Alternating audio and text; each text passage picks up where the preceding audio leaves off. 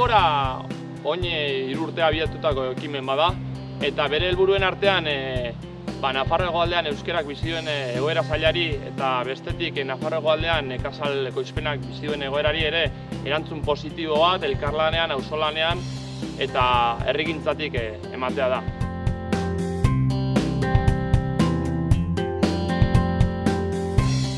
Nik esango nuke azkenengo urteetan hitz magikoa euskalgintzan eta dela elkarlana, auzolana eta hitz bi horiekin bueltaka ibiltzen gara.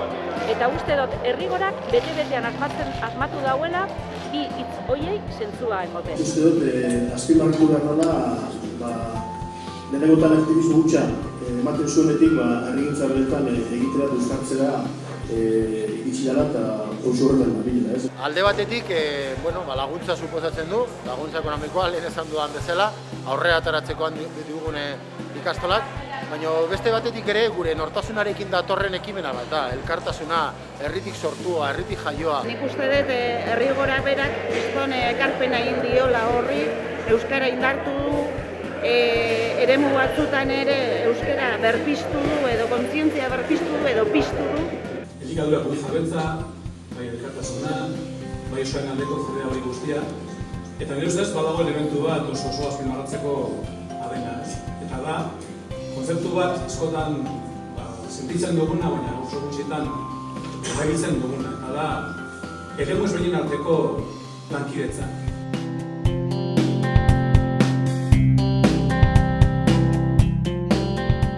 Herrigorraren ustez, auzolana da euskalgintzaren motorra. Herritarrak euskalduntzeko tresna gehienak auzolanetik eta herrigintzatik sortu dira.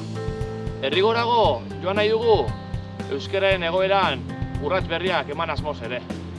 Hain sakabanatuta dagoen euskaltzaletasuna bildu eta aurrera begira guztion artean bide berriak proposatu eta egin asmoz.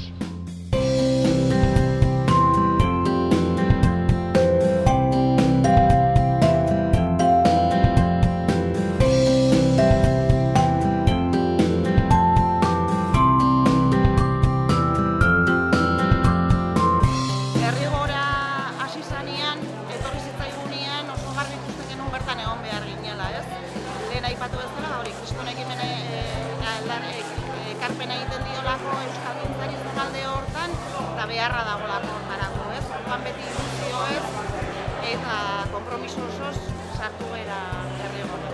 AEK oso eroso, pozik eta harro. Nik gainera beti izan dut AEKaren ADN-ean dagoela lehen erabilitako berbak, auzolana eta elkarlana. Korrika da horren adibide bat eta Herrigora beste bada. Gainera horrekin euskera indarturik agertzen da. Beraz, eta horrelako ekimen gehiago egongo balira, seguramente askoz ere koziago eta euskera be aurrera egingo luke, berrezago.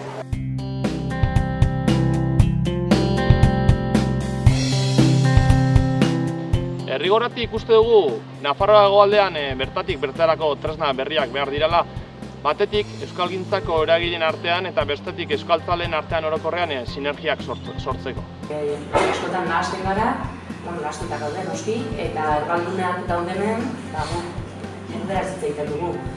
Eta, orain berreskuratu behar dugu, pixkat eremu horiek eta gure artean euskaraz gehiago hitz egitea eta euskaraz gehiago bizitzea.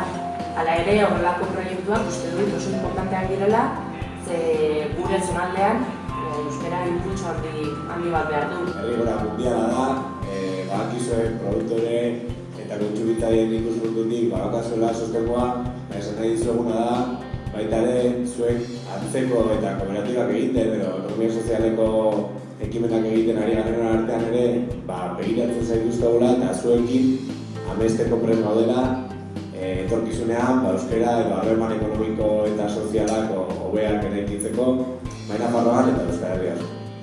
Esan behar daukat, etekinak heltzen direla, bi urte gabiltza zuen etekin zatitxo hori hartzen, eta ez dakizue noraino eskertzen dugu. Hiru hitz izango ditut, bihotzez eskerrik. Aurten 20 ekoizle batu dira kanpainara eta sekula baino produktu gehiagorekin osatutako bi saski eskainiko dira. bata txuria eta bestea beltza. Biek ala biek auzolana, elkartasuna, euskalgintza, bertako ekoizpena, Nafarro hegoaldea bultzatzea helburu dutelarik.